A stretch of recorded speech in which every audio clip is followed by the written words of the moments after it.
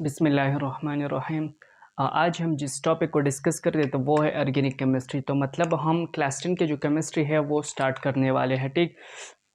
लेकिन क्लास 10 की जो केमिस्ट्री है उसमें सबसे पहले जो दो चैप्टर्स हैं, केमिकल इक्विलिब्रियम और एसिड बेस वाला चैप्टर जो है वो हमने प्रीवियसली वीडियो में जो है वो अपलोड किया है। तो इसका जो टाइटल है वो थोड़ा बहुत चेंजेस है, मेरे ख्याल में वो क्लास 11 मैंने लिखा है, लेकिन वो चैप्टर जो है वो दोनों मैंने अपलोड किया है। तो इसके बाद जो रहता है जो चैप्टर्स, तो उसमें एनवायरमेंटल केमिस्ट्री है और ऑर्गेनिक केमिस्ट्री भी है। तो ऑर्गेनिक केमिस्ट्री जो है वो मैं क्लास 10 की ऑर्गेनिक केमिस्ट्री जो है वो मैं स्टार्ट करूँगा, मतलब शॉर्टकट भी होगा और बेसिक भी होगा, क्योंकि क्लास 10 की जो केमिस्ट्री है वो बहुत ही बेसिक है। इसमें इस तरह की एक्सप्लेनेशन नहीं है जिस तरह के सेकेंड ईयर के ऑर्गेनिक केमिस्ट्री में है या बीएस के लेवल पे है, ठीक है। तो चलो स्टार्ट करते हैं ऑर्गेनिक केमिस्ट्री। ऑर्गेनिक केमिस्ट्री हमारे पास क्या होता है? सबसे पहले तो केमिस्ट्री क्या होती है कि केमिस्ट्री में हम स्टडी करते हैं अबाउट द केमिकल प्रॉपर्टीज़ के बारे में हम स्टडी करते हैं। तो ऑर्गेनिक केमिस्ट्री में भी हम केमिकल प्रॉपर्टीज, कंपोजिशन और कंपोजिशन के साथ साथ और क्या है, स्ट्रक्चर है, प्रिपरेशन है और रिएक्शंस है। किस चीज़ की रिएक्शन है? ऑर्गेनिक केमिस्ट्री में हम ये चीज़ डिस्कस करते हैं, लेकिन किसी ख़ास चीज़ के बारे हम डिस्कस करते हैं। तो वो क्या है? वो हमारे पास है कार्बन बेस्ड वाले जो कंपाउंड होते हैं, जिसके मतलब वो कार्बन से बने हुए हैं। तो इस चीज़ के बारे में हम जो है स्टडी करते हैं, carbon based compound. Carbon based compound जो होते हैं इसके बारे में हम स्टडी करते हैं। तो इसको क्या कहते हैं? इसको ऑर्गेनिक केमिस्ट्री कहते हैं, ऑर्गेनिक केमिस्ट्री।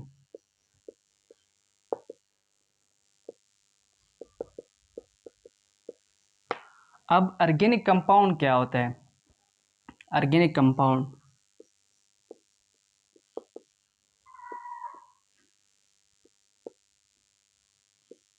तो ऑर्गेनिक कंपाउंड के बारे में सबसे पहले एक ओल्ड कंसेप्ट था, फिर इसके बाद एक नया कंसेप्ट आ गया। तो ओल्ड कंसेप्ट में ये कि कार्बन कंटेनिंग कंपाउंड, जितने भी कार्बन कंटेनिंग कंपाउंड होते हैं जिसमें कार्बन होता है, तो इसको क्या कहते हैं? इसको इसको सॉरी ऑर्गेनिक कंपाउंड कहते हैं, कार्बन कंटेनिंग कंपाउंड। हाँ, ये बात भी किसी हद तक जो है वो सही है, लेकिन इसके बाद थोड़ा बहुत एक्सेप्शन केसेस जो है वो पेश आए, कि मतलब यहाँ पर तो हमारे पास एक कार्बन मोनोऑक्साइड है, कार्बन डाइऑक्साइड है, इस तरह की कार्बोनेट्स भी है, इसमें भी तो कार्बन है, तो वो क्यों ऑर्गेनिक कंपाउंड्स नहीं है? मिसाल के तौर पर हमारे पास एक होता है carbon monoxide, carbon monoxide, carbon dioxide, इस तरह के हमारे पास जो है कार्बोनेट्स होते हैं, कैल्शियम कार्बोनेट्स या सोडियम कार्बोनेट्स होता है NaHCO3। तो ये, और हमारे पास कैसियन, पोटेशियम साइनाइड, इस तरह की दूसरी साइनाइड जो है, ये हमारे पास क्यों ऑर्गेनिक कंपाउंड जो है वो नहीं है? तो इसके साथ एक और कंसेप्ट आ गया अबाउट ऑर्गेनिक कंपाउंड। इसको हम मॉडर्न कंसेप्ट कहते हैं, कि मतलब मॉडर्न कंसेप्ट में ये है कि हमारे पास जो है, मॉडर्न कंसेप्ट में क्या है?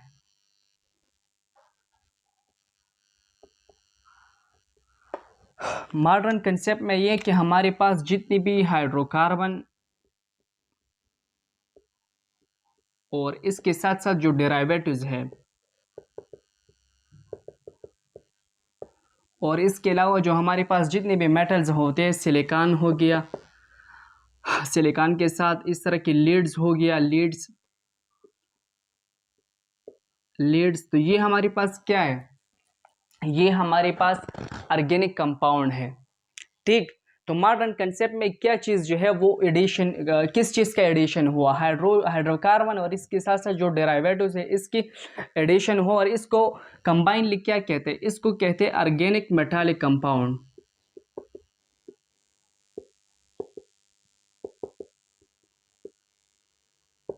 क्योंकि मतलब यहाँ पर एडिशन हुआ किस चीज़ के? मेटल के बारे, मेटल का एडिशन हुआ इसमें, ठीक। अब हमारे पास जो है वो एक और चीज़ जो है, एक और बेसिक टर्म जो है यहाँ पर इंट्रोड्यूस हो गया, क्या है?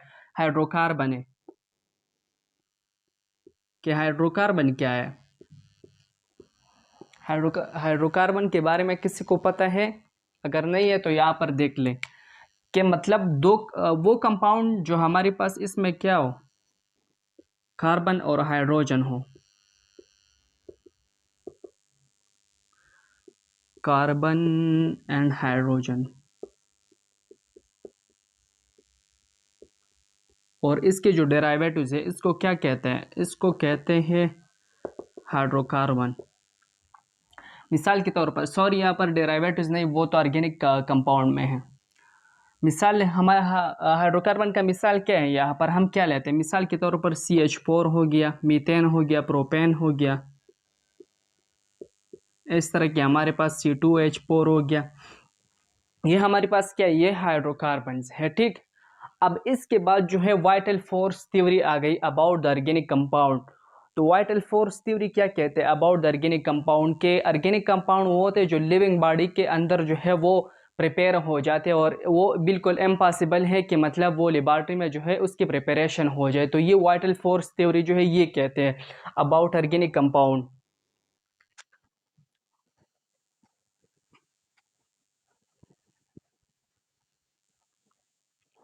तो वाइटल फोर्स थ्योरी क्या कहते हैं, वाइटल फोर्स थ्योरी,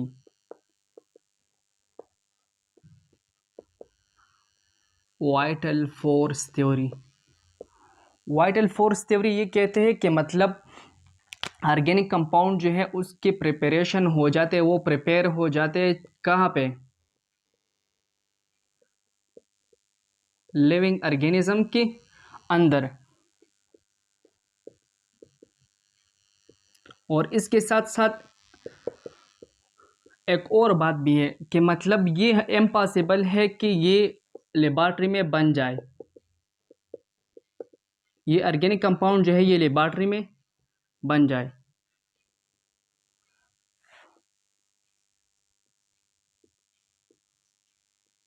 लेकिन इसके बाद ये बात वो है, ये बात जो है ये भी सही साबित नहीं हुआ। किस चीज़ की बेस पे, मतलब यहाँ पर तो हमारे पास बहुत सारे जो है ऑर्गेनिक कंपाउंड हो जो लेबॉर्ट्री में ही बन जाते हैं। मिसाल के तौर पर यूरिया है, मेडिसिन है, डाइज, पेंट्स, ये सारे के सारे प्लास्टिक, ये चीज़ जो है ये भी ऑर्गेनिक कंपाउंड है। तो ये किस तरह बन जाते हैं, ये तो लैब में बन जाते हैं। तो फिर इसके बाद ये क्या हो गया, ये गलत साबित हो गया। तो इसके बाद एक और बंदा था जो फ्रेडरिक नाम था इसका, फ्रेडरिक फ्रेडरिक कहता है कि मतलब लेबॉर्ट्री में भी ही बन सकते हैं ये सारे की सारी चीज़ें। तो उसने क्या किया, उसने अमोनियम साइनाइड लिया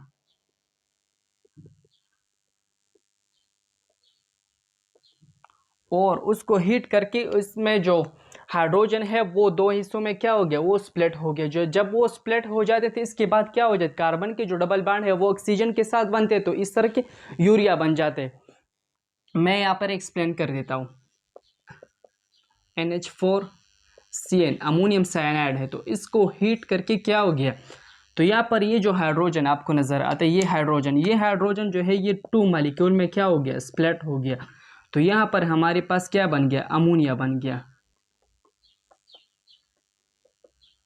तो अमोनिया नहीं, यूरिया।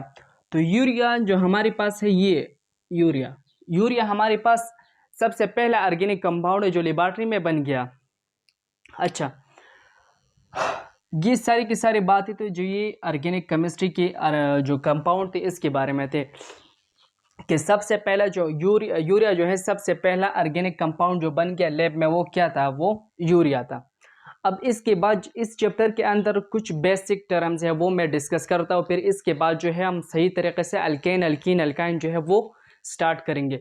तो कुछ बेसिक टर्म्स है वो मैं डिस्कस करता हूँ कि मतलब मॉलिक्यूलर फार्मूला क्या होता है ऑर्गेनिक कंपाउंड के अंदर, इस तरह के स्ट्रक्चर फार्मूला क्या होता है, कंडेंस फार्मूला भी होता है और डॉट क्रॉस फार्मूला भी होता है। तो मैं आप लोगों को इस तरह भी सिंपली भी कह सकता हूँ, फिर इसके बाद मैं यहाँ पे जो है लेक्चर दूंगा। तो मॉलिक्यूलर फार्मूला क्या, जब हम किसी चीज़ के बिल्कुल एक्चुअल जो नंबर ऑफ एटम्स होते हैं वो हम लिखते हैं तो इसको क्या कहते हैं, उसको मॉलिक्यूलर फार्मूला कहते हैं। लेकिन इसके अलावा जब हम स्ट्रक्चर ड्रा करते हैं कि मतलब ये एटम जो है ये किस तरह के अरेंजमेंट करते हैं सेंट्रल एटम के साथ, तो इसको क्या कहते हैं, इसको स्ट्रक्चरल फार्मूला कहते हैं। जब लेकिन इसके बाद हम किसी ग्रुप की शक्ल में किसी ग्रुप की शक्ल में हम एक ऑर्गेनिक कंपाउंड को लिखते हैं तो इसको क्या कहते हैं, कंडेंस फार्मूला।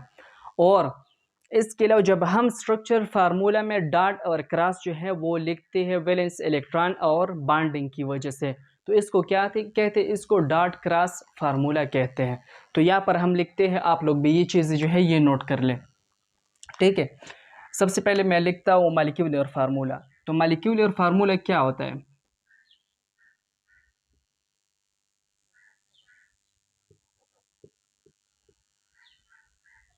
मॉलिक्यूलर फार्मूला ये होता है कि हम actual number of atom represent करते हैं, represent actual number of atom.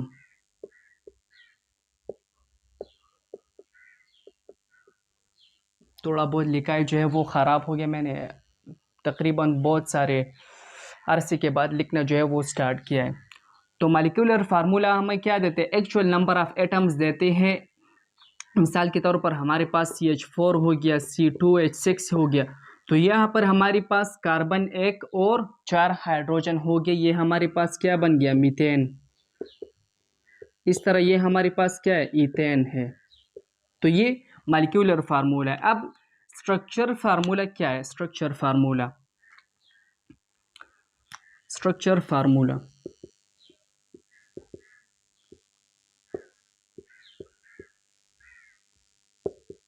जब हम एक फार्मूले को स्ट्रक्चरली ड्रा करते हैं और वहाँ में ये जाहिर करते हैं कि किस तरह के अरेंजमेंट है एटम के, डिफरेंट एटम जो है वो किस तरह के अरेंजमेंट के साथ आए हैं, किस तरह के स्ट्रक्चर उसने बनाए हैं, तो इसको हम क्या कहते हैं, उसको हम स्ट्रक्चर फार्मूला कहते हैं। स्ट्रक्चर फार्मूला, तो स्ट्रक्चर फार्मूला में डिफरेंट एटम्स होते हैं, डिफरेंट एटम,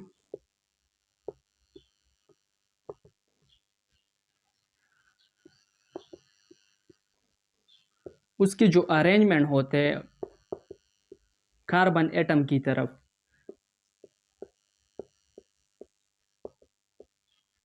कार्बन एटम्स की तरफ जो उसके अरेंजमेंट होते हैं डिफरेंट एटम्स के। ऑर्गेनिक कंपाउंड की बात मैं कर, ऐसा ना हो कि आप लोग ये वैसे ले लें कि यहाँ पर तो सर ने जो है ये कार्बन लिया, ये तो यहाँ पर कार्बन नहीं, तो यहाँ पर मैं जो चीज़ें लिखता हूँ वो सिर्फ और सिर्फ ऑर्गेनिक केमिस्ट्री के अंदर है, ठीक। तो यहाँ पर देख लें, मिसाल के तौर पर मैं CH2 लिखता हूँ, तो यहाँ पर हाइड्रोजन, यहाँ पर हाइड्रोजन, यहाँ पर हाइड्रोजन, एक हाइड्रोजन यहाँ पर, यहाँ पर। तो यहाँ पर देख ले हमारे पास ये कार्बन और हाइड्रोजन के बीच में जो बाण है वो सिंगल है। यहाँ पर कार्बन कार्बन के बीच में जो बाण है वो क्या है, सिंगल है। तो ये सिंगल बाण की वजह से हमें क्या नज़र आता है कि ये क्या है, ये अल्केन है। क्या चीज़ है, अल्केन है। और इसके साथ साथ उसकी जो अरेंजमेंट है एटम्स के वो भी हमें नज़र आते हैं, ठीक। तो ये किस चीज़ की वजह, ये स्ट्रक्चर फार्मूला की वजह से है, ठीक है। अब हम फर्दर लिखते हैं अबाउट द कंडेंस फार्मूला और इसके साथ साथ dot cross formula. Condense formula क्या कहता है कि कंडेंस फार्मूला में क्या होते हैं,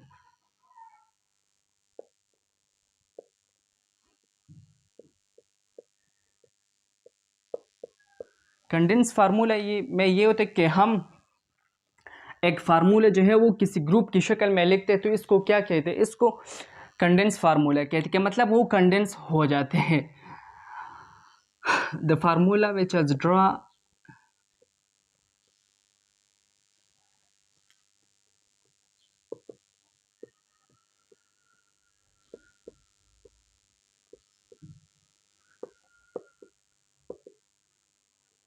इन ग्रुप्स ऑफ एटम्स। मिसाल मैं क्या लेता हूँ, मिसाल के तौर पर ये हमारे पास एक CH3 हो गया। अब यहाँ पर मैं CH2 और इसके साथ मैं लिखता हूँ 4, सॉरी मैं इसके साथ लिखता हूँ 4, फिर इसके बाद मैं लिखता हूँ CH3।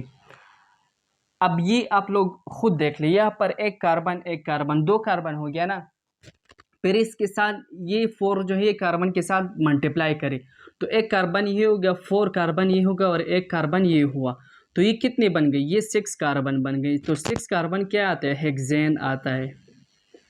तो ये क्या है, ये अबाउट द कंडेंस फार्मूले की शक्ल में हमने क्या किया, लिख दिया। पर इसके बाद एक आता है dot cross product, dot cross formula.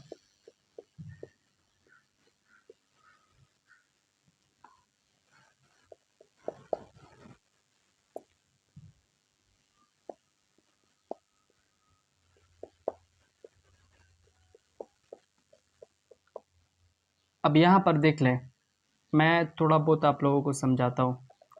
यहाँ पर मैंने कुछ भी नहीं लिख दिया। यहाँ पर जो वैलेंस इलेक्ट्रॉन है ना, कार्बन के साथ वैलेंस इलेक्ट्रॉन, तो वो मैं डॉट पे क्या करूँगा, जाहिर कर दूंगा।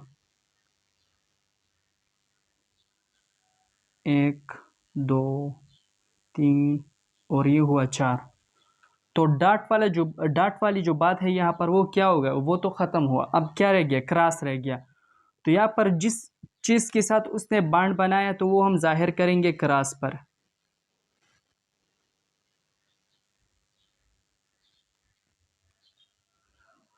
तो ये बन गया हमारे पास dot cross formula. Dot cross formula क्या होते हैं, एक कार्बन एटम के जो वैलेंस इलेक्ट्रॉन होते हैं वो हम जाहिर करते हैं डॉट पे, और इसके बाद वो जो हाइड्रोजन के साथ बॉन्ड्स बनाते हैं वो हम जाहिर करते हैं क्रॉस के ज़रिए। तो इसको क्या कहते हैं, डॉट क्रॉस फार्मूला।